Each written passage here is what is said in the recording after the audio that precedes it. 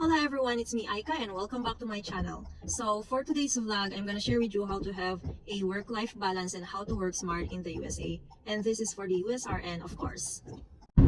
So in most facilities or organizations, USRNs work 36 hours in a week, and that gives them chances to pick up extra shift, just like in my case, of course. My regular schedule is 36 hours, but I don't usually work that less. Like I go more than 40 hours in a week. But of course, that is not a requirement. It depends on the preference of a nurse. So if that certain nurse wants to have more sleep, rest, or do their thing, hobbies, interests at home, then it's not a requirement for them to pick up. So they have their own choices. However, this vlog is intended to those who are looking forward to have an overtime pay and to take an extra shift at work. But before watching this, make sure to be aware of your state policies with regards to overtime pay, as it differs from one state to another. And this is the point of view of a registered nurse who is based in the New England. So there are state variations with regards to this overtime pay.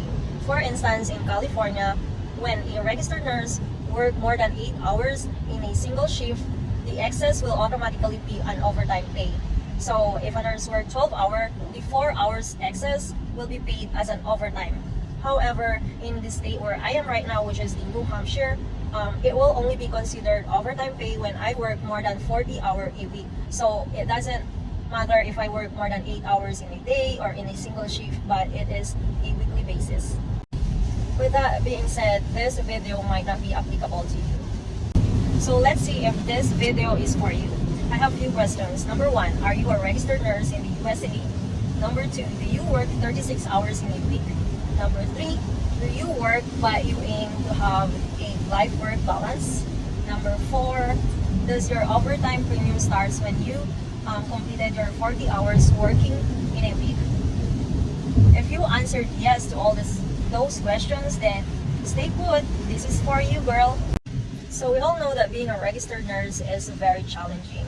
It tests our physical, emotional, psychological, mental, and sometimes even our spiritual dimensions if we don't know what we are doing, of course. So we gotta learn how to work smarter and not harder. So without further ado, I'm gonna share with you what I do. So we get paid bi-weekly. That means we have 2 different pay periods in a month. And that being said, I also have 2 different moods in a month. 1 who is a workaholic, and 2 someone who is chill and a go-getter. Anyway, the reason why I have 2 different moods is that I want a work-life balance. So I need to be workaholic so I can be chill the following pay period. But actually that is working smart too. Why? We're gonna find out. So here's the girl math for that. So my working schedule, my regular working schedule is 36 hours in a week. But then the first pay period, I need to work more than 40 hours so that it will fall under overtime premium pay, so that I have money to spend and to afford a chill life the following pay period. Here's a more detailed explanation. In my workplace, our week starts every Thursday and ends every Wednesday. So my regular schedule is for the week 1, this is for the week 1, Thursday, Monday, Tuesday, while my week 2 is Friday, Saturday, Sunday, and I will work a 12-hour shift in all those days. So my regular is 36 hours in a week. However, I'm not gonna have an overtime pay if I won't go beyond 40 hours per week. So what I do is to pick up like as much as I can on the first pay period so that I can go anywhere I want on the second pay period. And the overtime rate in our facility is going to be times 1.5 our base rate. So that is a big thing. What I usually do is pick up 3 8-hour shifts. That's my maximum, by the way. I don't want to work. Anyway, so that's going to be 8 hour times 3, which is 24. And then my regular working days are 36 hours in a week times 2, which is 72. And I'm not going to have an overtime premium pay if I'm not going to have at least 80 hours. So when you add 72 plus the pickup shift of 24 hours, it's gonna be 96 hours. That means the 16 hours is gonna be paid times 1.5 my base rate. That is girl math, girl.